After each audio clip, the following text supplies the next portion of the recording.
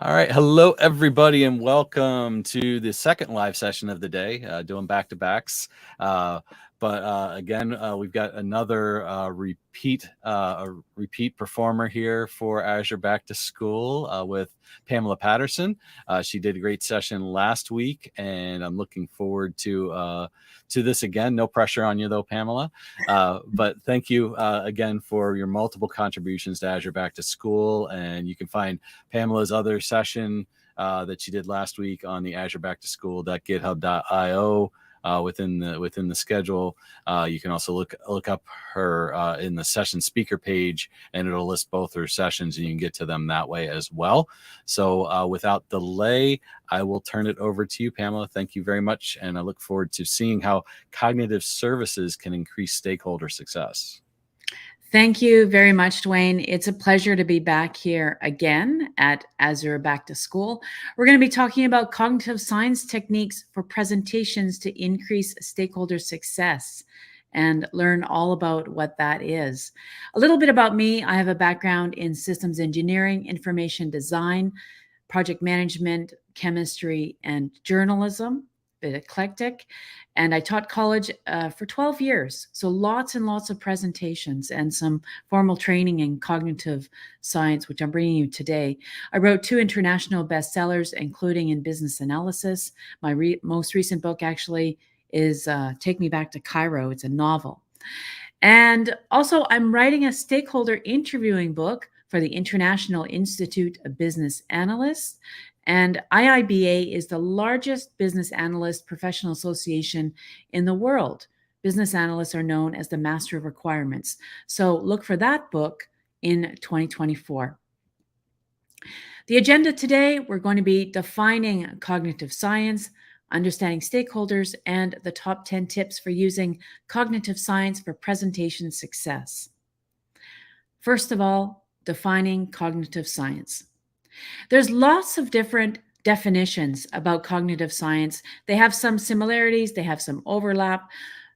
Stanford University says that it's the interdisciplinary study of mind and intelligence, embracing philosophy, psychology, AI, neuroscience, linguistics, and anthropology. So quite a bit going on there. Johns Hopkins gives a different definition of cognitive science, being the study of the human mind and brain, focusing on how the mind represents and manipulates knowledge and how mental representation and processes are realized in the brain. So a very different definition. And Webster, so a very generic definition, it's an interdisciplinary science that draws on many fields such as psychology, AI, linguistics, philosophy, in developing theories about human perception, thinking, and learning. This is what we're going to focus on today: perception, thinking, and learning. Because when we have stakeholders in our presentations, in our room, that's what we're trying to do: shape their perceptions, thinking, and have them learn something from us. We're trying to help them absorb what we're saying, understand the information in the way that you intend. So why is this important?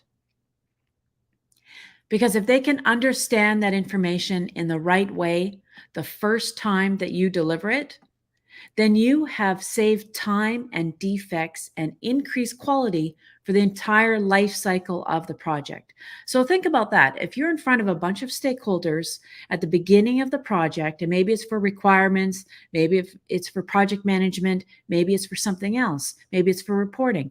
But if you're in front of those stakeholders and they get this information that you give them the first time, it means that you've saved efficiencies, defects, and increased quality the entire life cycle of the project.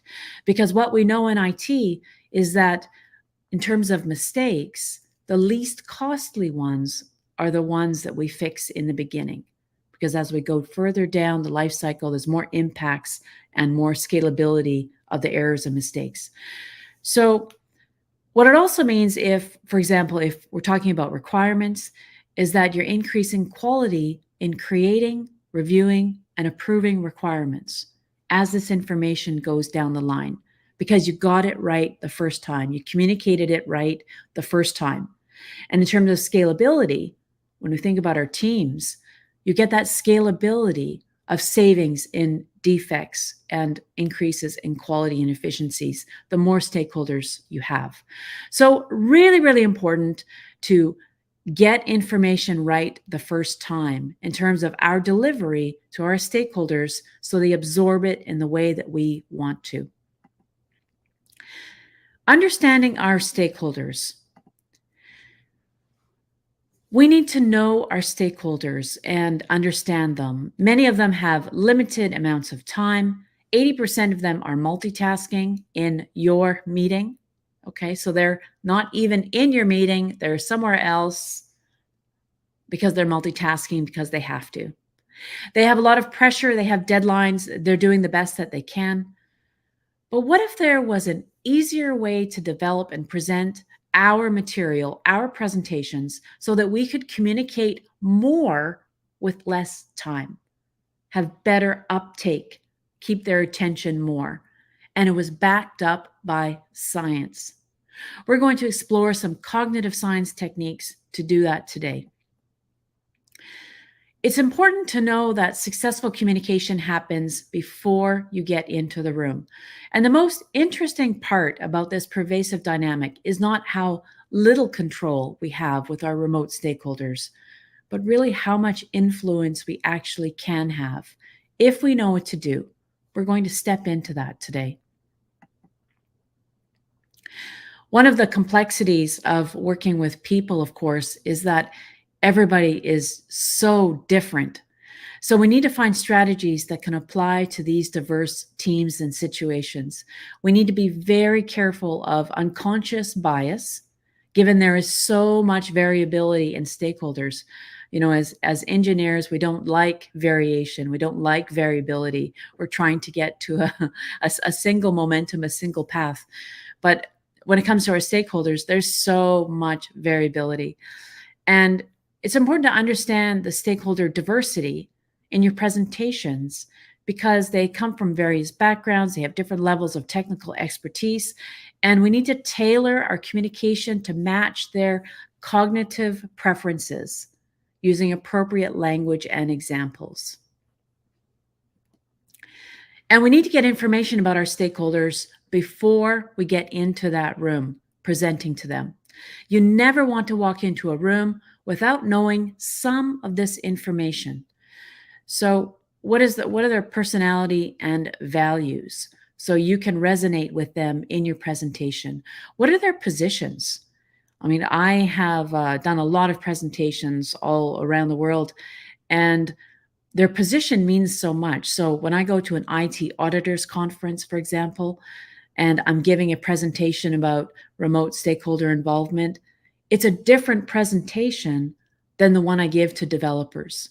Same topic, different presentation, because they have different wants and needs and preferences that you're trying to appeal to, that you're trying to resonate and connect with.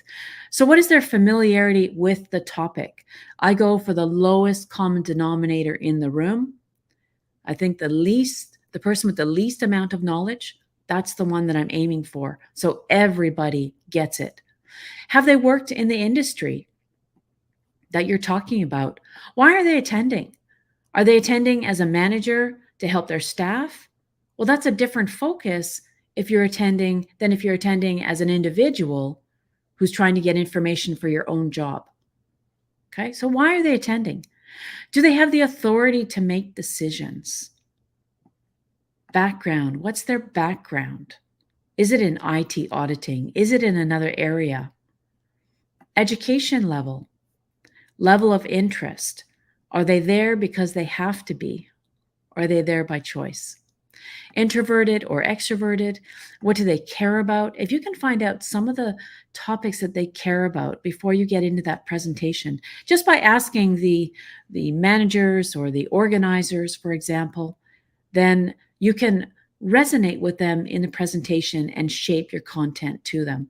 And what do they want and what do they need? Two different questions. What do they want and what do they need? So do they know your topic? What will be jargon for them? Do you even know? Are they CEO or developers? That's a different conversation with different levels of content, messaging, objectives. Maybe about knowing versus doing. The CEO is more about knowing. Tell me about this. Tell me about this crash that just happened. The developer is about doing it. Tell me how to fix it. Tell me what you need. Okay? So know your audience, know their positions, know what they're interested in, and know what they care about. Now we're going to dive into the top 10 tips for using cognitive science for presentation success. Number 10 is cognitive empathy. Well, what's that all about? Cognitive empathy. Cognitive empathy is using empathy to understand the stakeholders' perspectives, concerns, and needs, what they might be thinking and feeling. So we want to tailor our messages effectively for our stakeholders' perspectives, concerns, and needs. Speechwriters, if you've ever noticed, are actually very good at this because they analyze the audience they think are going to be there and then directly target in their messaging. So, for example, is it students or seniors? The same speech about the economy will have different messaging, right? For those two different groups. Students might be saying, what does our future look like? Are there jobs for us? Seniors might be saying, well, because they're not looking for jobs, they might be saying, what about my kids, my grandkids? What about my pension? Let's suppose that a bank system goes down. The customer might be thinking, where's my money? Is it okay? The bank employee is saying, oh no, these customers are so upset and I have to deal with them. The developer is saying, how do I fix this? And the CEO is saying, oh no, CNN is calling. So completely different perspectives.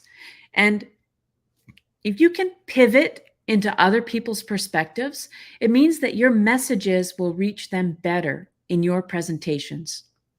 You'll get better results because they're listening to you. They appreciate that you understand their world and concerns.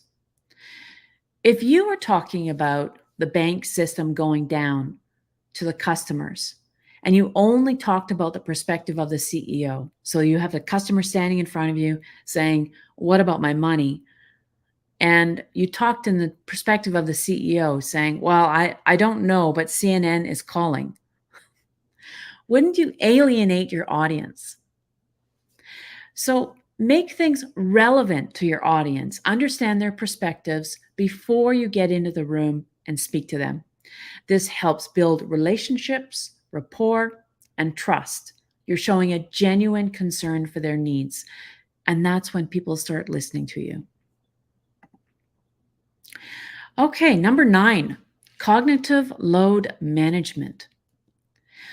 Cognitive load refers to the mental effort required to process information. So we want to simplify information to avoid overwhelming the audience, facilitates better understanding. Stakeholders can become so disengaged if they're presented with overwhelming amounts of information. They struggle to understand the information, they struggle to process it and give the correct feedback. So this is why pacing is also so important. We want to maintain a balanced pace and give enough time for information processing. Some people have the mindset that I have so much material to share and I want to give them everything so they don't miss anything, while not thinking about their audience and what they can actually absorb at that time. Some people think that if they speak faster, they will seem more competent, smarter. But that's the wrong goal. Talking faster inhibits learning. People absorb information at different speeds, and we want to work with the lowest common denominator in the room. Because also remember, people are multitasking. So they're not 100% focused on you anyway. They go somewhere else for 5 seconds. If you speak quickly, you've lost them. and maybe for the rest of your presentation. Here is a typical paragraph just in terms of cognitive overload. Here's a typical paragraph we might see in IT. This one is about the system components involved in a train ticketing system. And it's not really important to read it, but you can see that the content looks pretty dense. It's pretty hard to read about this. The user interface, what does that do? Create profile, manage their own ticket purchases, is for the customers. System administrator, tools, interfaces for administrators, what do they get? Business rules and processing, and as well training and support for users. But it's pretty dense. So visually, it's quite overwhelming, especially when you compare it to the rewrite, okay, the restructuring of this information.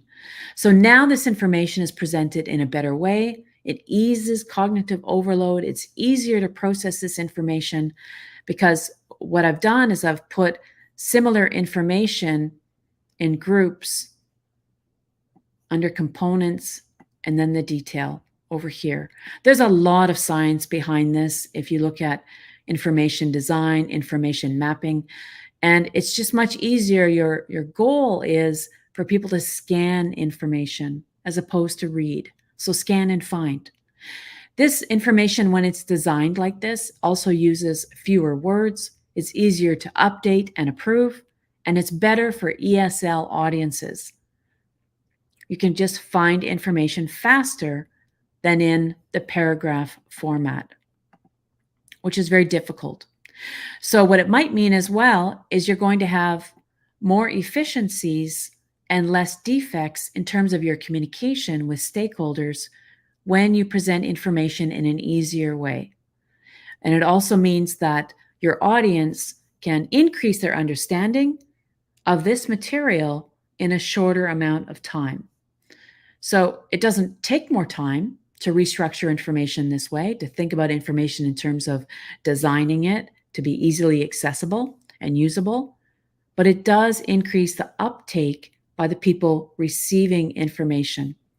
This is really key as a presenter to think in terms of the communication model. Now, communication models, this is not a new concept. It's been around for a long time, but the application of communication models is new to many people in IT. So on the left, what we have here is the business analyst or the programmer, the communicator is creating the message and deliberately deciding on word choice, meaning, structure, and so on.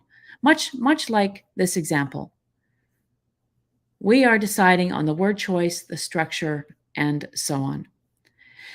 We're deliberately choosing a channel to best reach our stakeholders. What do they prefer?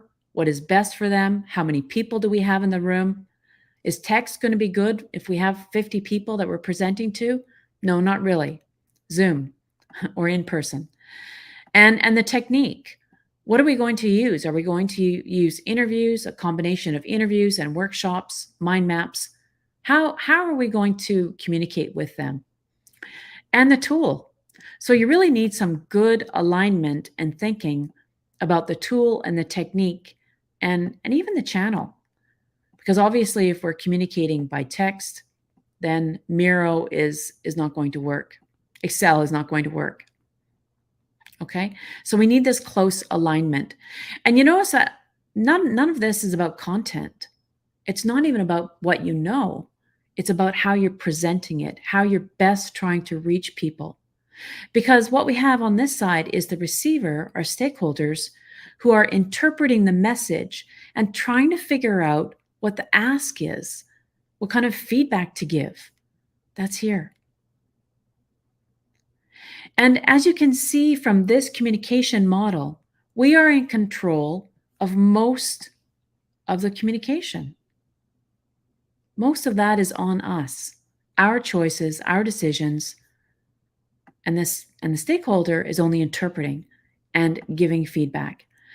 Now, no feedback is also feedback because it means that something went wrong in our decisions about communicating. And maybe that was a poor alignment of channel technique tool.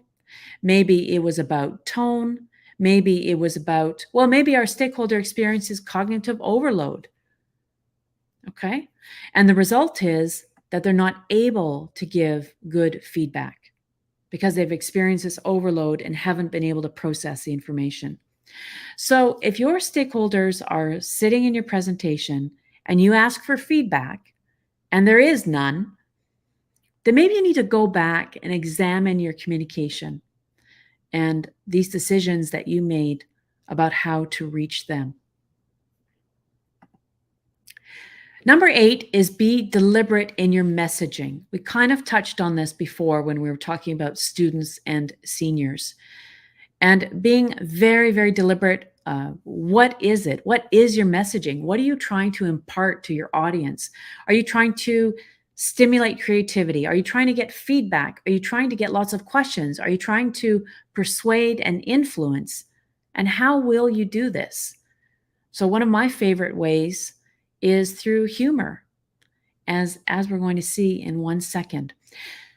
So I want to give you a case study. This is a project that I was involved in. It was the creation of a proposal management system to manage $700 million worth of proposals.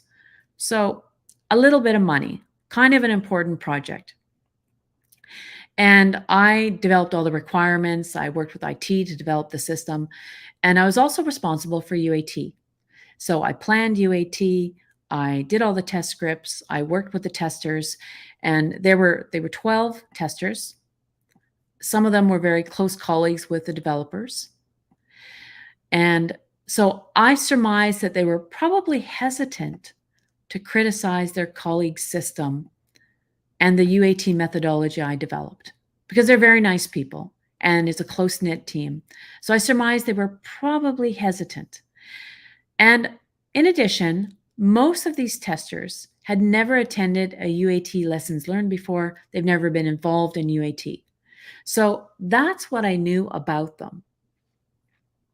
Based on this, I created a script for them.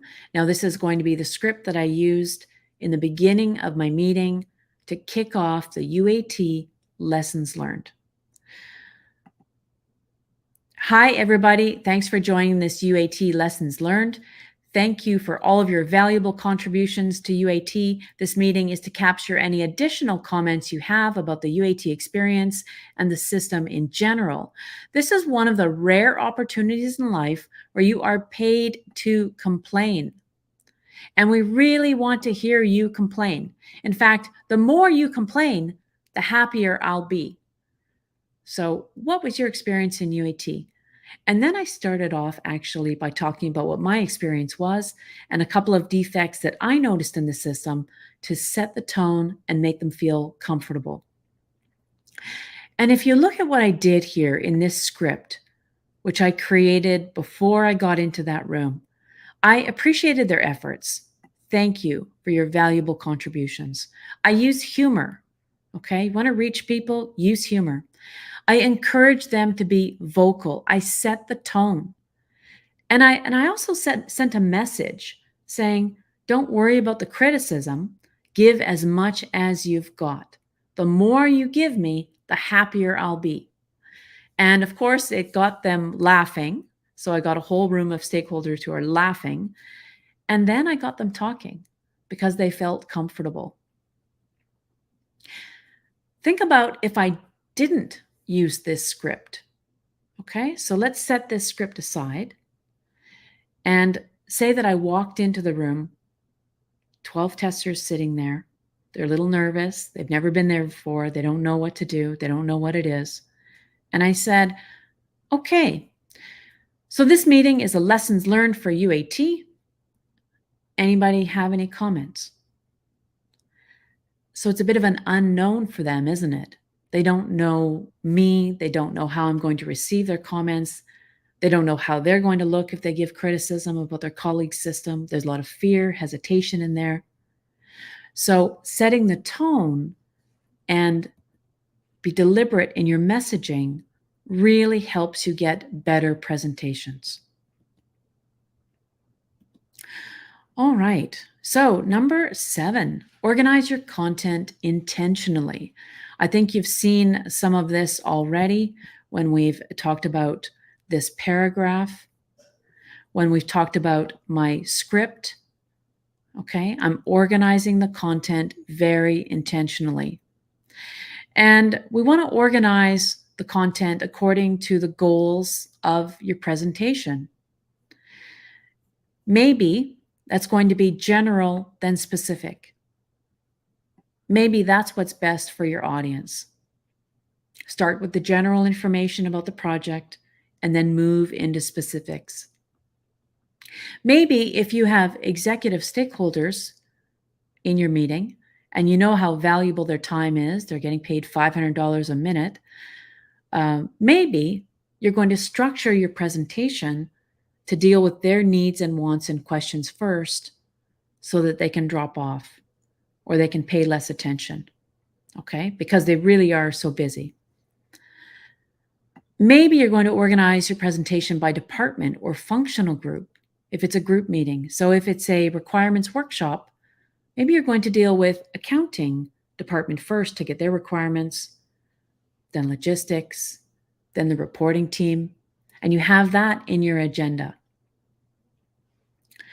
Maybe you're dealing with your content from easy to contentious, maybe from knowns to unknowns. This is what we know about the project and the system. Get through all of that, get some agreement among stakeholders, and then move into the unknowns near the end of your presentation, and that'll lead into the next one, planting a seed. Maybe you're going to organize it by critical, then less important. So we often run out of time in our presentations. If we do the critical stuff first, then we can do the less important. If we run out of time, that's okay. This is a very skilled presentation technique, by the way. And I was talking to one presenter. Last year, I was presenting in Wales, in Great Britain. And what he does is he has the demo at the end of his presentation. And he has different time lengths for his demo, depending on how much time he has left in his presentation. And I thought it was a brilliant technique because he gets through all the critical information, the conceptual information, and then depending on how many questions are asked in the session, then near the end, he gets to the demo, and he's either going to spend more or less time on the demo.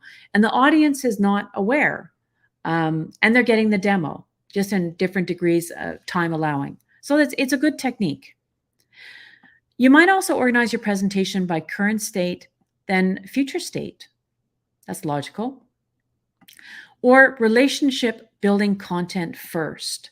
So if you are in a room with a bunch of stakeholders who don't know you, you haven't met before, you don't fully understand. As a consultant, I'm always in this position, by the way. I've worked for 50 organizations. I'm always in rooms with people I don't know. And so maybe you need things to break the ice. Maybe you need to do things first about building relationships. And the easiest way for me to do that is just to start asking about their job and telling them good things that I've heard. So I've heard really good things about the accounting department and how you've already started your requirements. Can you tell me more about your job? Because now I'm setting the tone. You get more cooperation from people who are comfortable with you and who you empathize with. Simple to complex. That's another logical way to organize information. Low-hanging fruit, quick wins. That's another good way. If you need to get the team going, get them excited about this project, make sure that they know that things are happening. If they've had a series of failures, get the low-hanging fruit done first. Functional, then non-functional. That's another way. By project objectives. The project objectives are in the project charter, and that's a logical place to start as well, if it works for your organization. And based on who's in the room. So even at the last minute, right before I go into a presentation, if I find out that somebody, a critical stakeholder, is not in the meeting because they're on vacation or they got pulled away to another project, then I will reorganize my content to suit that. Maybe it means I leave out certain content because that stakeholder is gone. Maybe it means that I move that content to the end of the presentation for when they can join. Okay, so be flexible in your format based on who's in the room. High level to low level, that's another way to do it, starting out with overview, conceptual information, and then diving into the details. You certainly wouldn't want to do it the other way around, talking about the details and then going into the high level, because that's not how people learn. Or another logical sequence. Okay, so this is really important that we really think very, very carefully about how we're going to organize a presentation, because it could make or break your entire communication with your audience. Number 6, nuance your language. We want to be very careful of the language we use and how it might be perceived by our audience, because we're doing two things. We're either bringing people closer to us or we're pushing them away. We want to continually mine people and bring them closer to us. Here is a very quick example to illustrate this concept. So when we're asking questions, we want to be neutral unless we really intend otherwise. And sometimes we do. Sometimes we do intend otherwise. But generally, try to stay neutral. So here's an example. What reports do you need? This is objective. This is neutral. What reports do you think you need? This is less objective. Why do you think you need these reports? So that's questioning. And are you sure you need these reports? Now it's not even believing. So words create tone. And again, when we're back here, the words create the tone about that UAT lessons learned. So does it matter the words we use, the subtleties, the nuances? 100%, 500%, because we never want our stakeholders to clam up or feel uncomfortable or disengage from us. We need to be very mindful of our language and think about the words we use before we use them. I even have been known to, the night before, I might spend 2 hours putting together these different word scenarios. And if the stakeholder asks this question, how am I going to answer it? What kind of messaging am I going to have? Who's going to be in the room? And I really think quite carefully about the words that I'm using when it comes to stakeholders. Because once it's out, you can't take it back. All right, so number 5, thinking visually. Thinking visually means using visual aids, graphics, graphs, charts, images to illustrate points. This is kind of a graph. This is a visual aid, right? Turning content into a table. It's just easier for people to see. If you have this consistent design, you're avoiding clutter, using fewer words. And we always want to use consistent fonts, colors, layouts to avoid distraction, cognitive overload, and visual noise. I mean, when we have visual noise, and I'll bring you back to that example, we don't even want to read this paragraph. It's only 200 words. And think about it, we read about 1 million words a year. That's what we're exposed to. And think about how much easier it would be and how much more we would absorb if people thought more about information design and cognitive overload. Okay, so thinking visually, another reason it's so important is that most people are actual visual learners. About 65%, and it's higher in IT. About 30%, it depends on which source you look at, but about 30% are verbal learners. So they learn by listening. And about 5% are kinesthetic. They learn by doing. They need movement, okay? And what does this really mean? It means that people who have a visual learning style do not absorb information if a presentation is entirely verbal. So let's say for this presentation, I didn't have any slides. So visual people would have a very, very tough time absorbing information. And of course, it's to my benefit as a presenter that they can absorb the information because I'll be getting feedback from them. I want information from them. If they can't absorb the information, then they can't give that kind of feedback. And it's really no fault of their own because they're not engineered to have that kind of learning style, all verbal.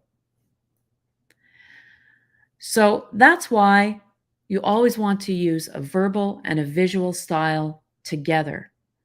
And if you can, for the kinesthetic people, there are, I think they kind of get shortchanged in presentations, but they need an immersive environment. So interactive presentations, simulations, demos, think about movement, hands-on, drag and drop, clicking on objects, which is why I use this pointer to bring in the kinesthetic learners so they can be a part of this too. Because we can no longer ignore other types of learners who are not like us. It's just not even in fashion anymore. It's not in vogue. It's not to our benefit. So always have at least visual and verbal in every interaction when it's important that you get and give good information. And here's the thing. If you don't do this, you wouldn't even know, and nor would your stakeholders, that they're not absorbing your information. You would only know further on down the cycle. So in the feedback stage, when you're asking them to do something and they don't do it, or they do it in a substandard way or a way that you were not expecting.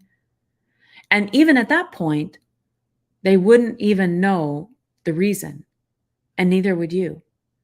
So it's a preemptive mitigation to include visual and verbal, and as much as you can, kinesthetic, in every communication interaction that you have with your stakeholders. Really, really key to communication. So presenting information visually, here's a paragraph. Again, there's maybe 30 words here, not very many. It's about a requirement.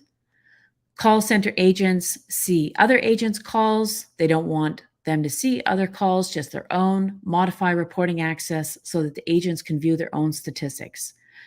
It's pretty simple. It's clearly written. There's really nothing wrong with this requirement. But look how you can present it in a visual way, information designed way. So you are thinking about what information can be grouped together with a heading.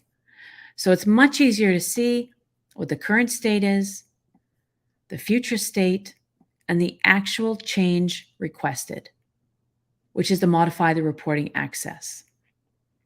When it's all jumbled together, we really don't know what kind of information is there. You're making it so much harder for stakeholders to understand when everything is jumbled together. So we're separating by information type, kind of like form and function. And again, when we're reading 1 million words a year, and the emphasis is on speed all the time, we're always running out of time. This format makes it so much easier on your stakeholders in presentations to absorb that information. And you have those scalabilities. So 1 million words a year for you. If you have a team of 10, there's 10 million words a year. I mean, this is an average, but you can see where I'm going with that in terms of the efficiencies and the defects that you could have by using paragraph formats all the time. Number 4 is storytelling. Don't we love our stories? We tell stories, we remember stories, and we all love storytelling. I see so much of this on LinkedIn and people who specialize in storytelling and podcasts, and it's really quite popular now formally, but it's always been popular. The best presenters are masterful storytellers, and they do spend time crafting their stories. They spend a lot of time doing it. It's not something that they even do for many people naturally, especially in IT, because it's more of a soft skill. But they make their stories relatable, engaging, memorable. You can even make a case study, a story. They speak with inflection, enthusiasm, energy. And the best advice that I can ever give you is to go to Toastmasters, and you can learn these skills. I remember when I first joined Toastmasters, my very first meeting, I was so incredibly shy that I was sitting at the back of the room.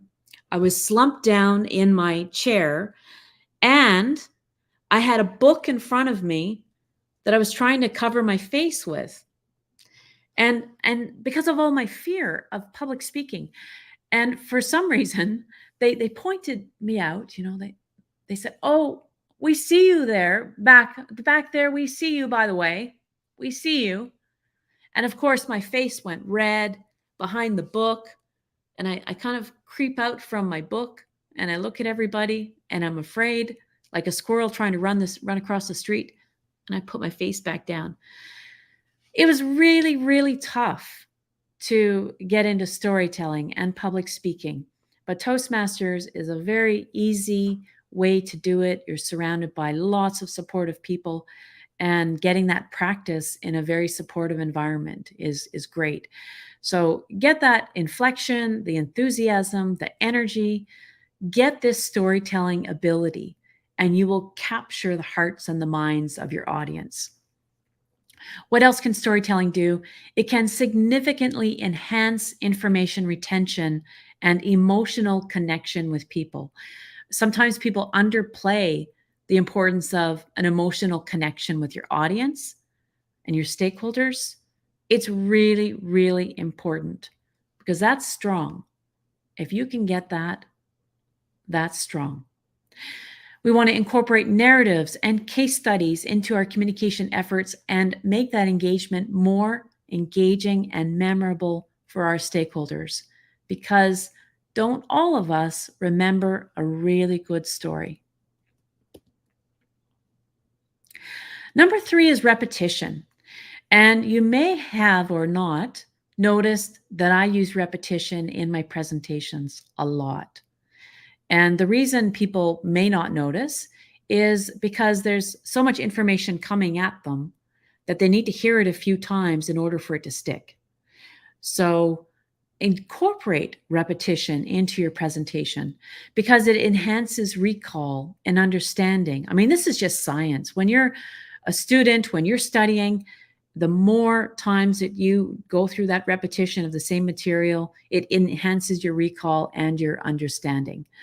So when we are presenters, we want to do the same thing with our stakeholders. We want to repeat key messages and use different formats to reinforce the message. Deliver it verbally, deliver it visually, deliver it with a different picture.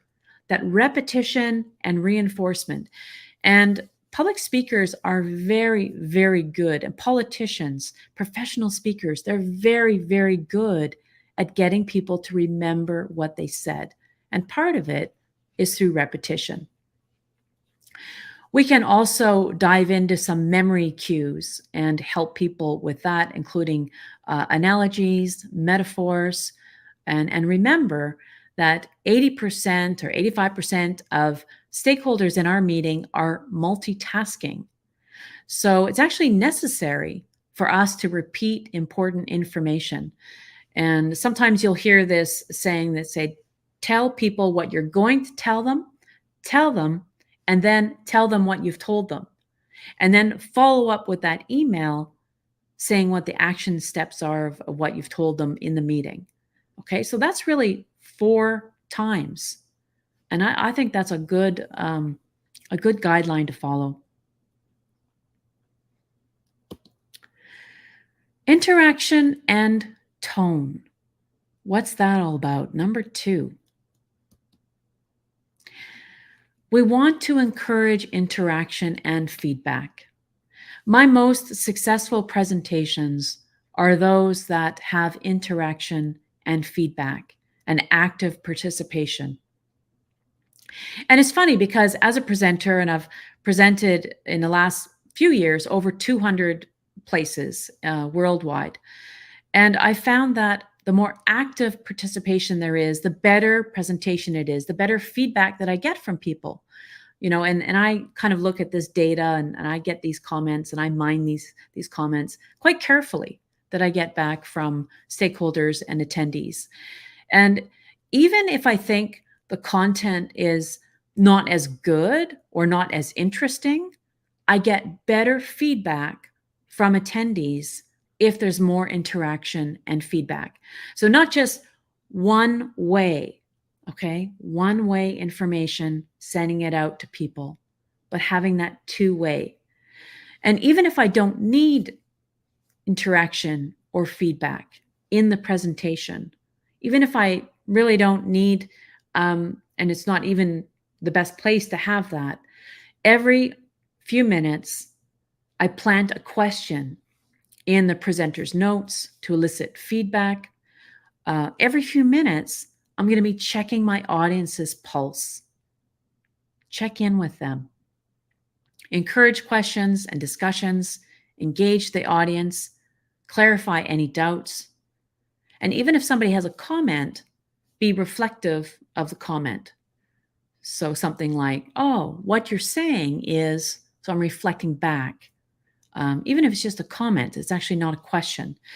So encouraging participation through asking about opinions and insights and experiences from the stakeholders has always yielded better feedback and surveys on my presentations. Always. So in terms of encouraging interaction and feedback, we want to be enthusiastic and display passion and enthusiasm for the subject to create a positive and engaging environment. Use humor, as we talked about, appropriately timed humor. Sometimes I even think about my humor in advance. And if I'm in a kind of a boring stakeholder meeting, I might intentionally misspell words to get other people laughing. Or I might write down the notes, but it wasn't what they said. It was something else that's funny about feeding their dog or something like that, just to get them to laugh, okay? Humor is really a great way to increase and enhance your presentations. And again, timing and pacing. Managing that pace to allow for time to process information. So there's an example of repetition right there. I mentioned it 3 times now. Managing the pace to allow time for processing information and time management. So being mindful of the allotted time and avoid overloading people with information. And again, I want to talk about how you manage time in your presentation is, sure, we're always keeping our eye on the clock, definitely.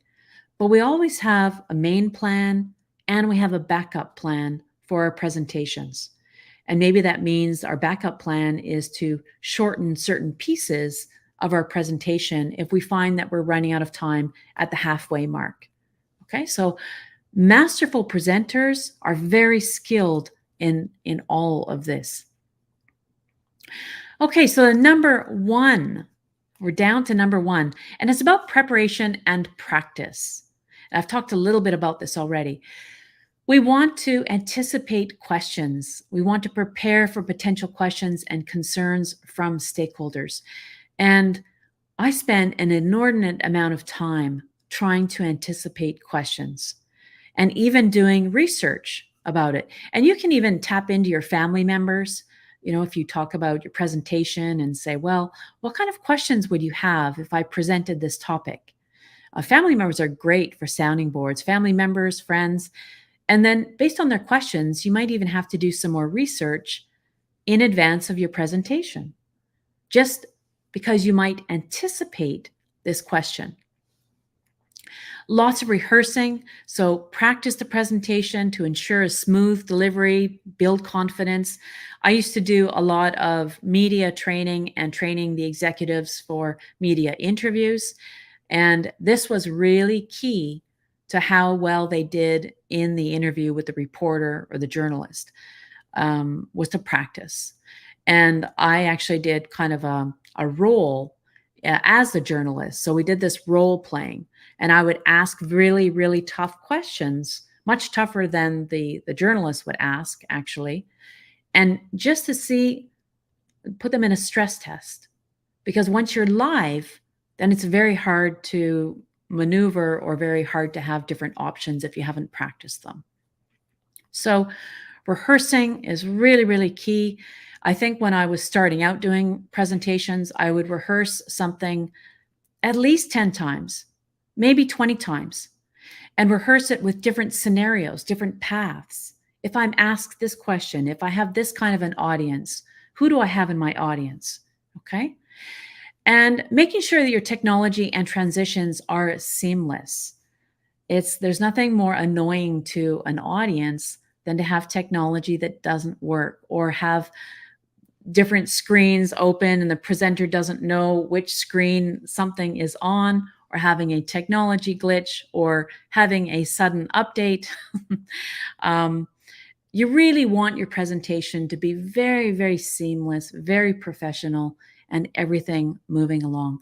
And enjoy your success after all of this hard work of presenting and using cognitive science techniques. Enjoy your success. So in conclusion, it's about learning about your stakeholders. That's a really, really big key to your success. Capitalizing on cognitive science techniques and applying the top 10 tips for presentation success. Please feel free to reach out to me on LinkedIn.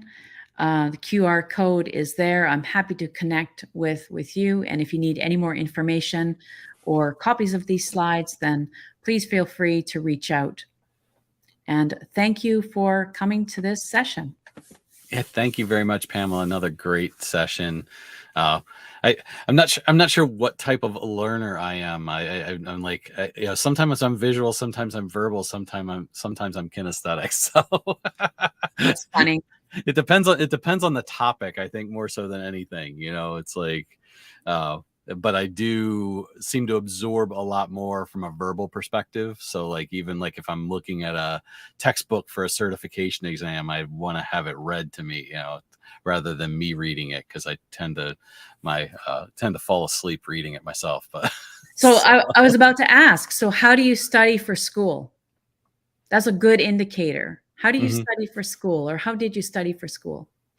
Yeah, it was, I usually just listen to my lectures for the most part. Yeah. It was mostly listening. I think I lean towards the verbal rather than the visual and kinesthetic. Now, when you're doing things within, cloud environments, the hands-on getting into it is much more helpful than listening and watching somebody doing it as well. So absolutely. But, those are, I'm a visual kinesthetic. So the way that I studied is I had to, and verbal little bit, but the way I had to study is walk with my textbooks. And it's a very odd sight, really, but that's what I had to do. Is I had to have movement. I had to be on a treadmill. I had to be on a cycling machine. I had to have that movement in order just to stay awake when I'm studying. And everybody has their own preferred way. And when you look at how you studied in school, it might be a really good cue to what kind of learner you are, and then how. And think about how difficult it is. So you're a very verbal learner. Think about how difficult it would be if somebody was just communicating to you kinesthetically about how much information you're going to absorb. No, and the key point, in your conclusion was know your stakeholders, know your audience. It's the whole. I mean, everything that any talk that I do, it's always about planning. Anything, whether it's security, whether it's cloud transformation, whether it's presenting, it's always about planning and knowing your audience, knowing what's going to take place. So that's very, very helpful information and things that, as you're going through, I'm like, yep. I definitely agree with that. So, so thank you again for an amazing presentation and providing your time with us. And I'm gonna have to check out some of your books on Amazon. Thank you very much for having me. Yep. Thank you, Pamela. Take care. Have a great rest of your day, everybody. You can go to azureBackToSchool.github.io for any of access to any of the past and the upcoming presentations as we get down to the last 8 days of the month. So thanks everybody, and thank you again, Pamela, and have a great weekend. You too.